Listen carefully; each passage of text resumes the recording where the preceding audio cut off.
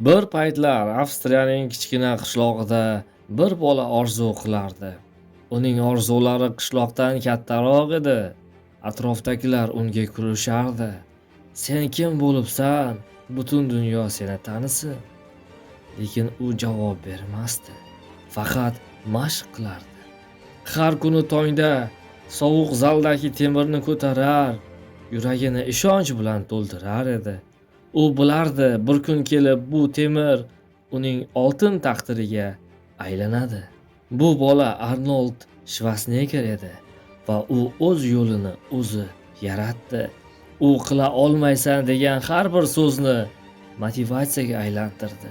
Men qila olmayman degan joydan men boshlayman. U Mr. Olimpiya bo'ldi. Gollivudda afsonaga aylandi va keyin siyosatga kirib butun dunyoga bir narsani isbotladi. Chegaralar bizning ongimizda emas, hayotda. Ko'pchilik omadni kutadi, ammo Arnold hech qachon kutmagan. U harakat qilgan. Sen istasang odam bo'lish uchun birinchi qadam ishonchdir. Hech kim senga yo'l ochmaydi. Hech kim seni tortib chiqarmaydi. Bu sening ishonching, sening kuching, sening sabring seni yuqoriga olib chiqadi.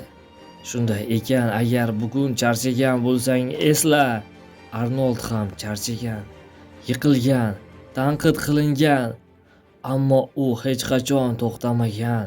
Har safar yiqilganida shunchaki aytgan: bu og'riq vaqtinchalik, natija esa abadiy. Do'stlarim, hayotdagi eng katta kuch bu ishonch. Ishon o'zingga, harakat qil, sabr qil va bir kun sen ham orzularing tepasiga turasan. U payt kelganida dunyo seni eslab, u ham hech narsadan boshlagan edi, deydi.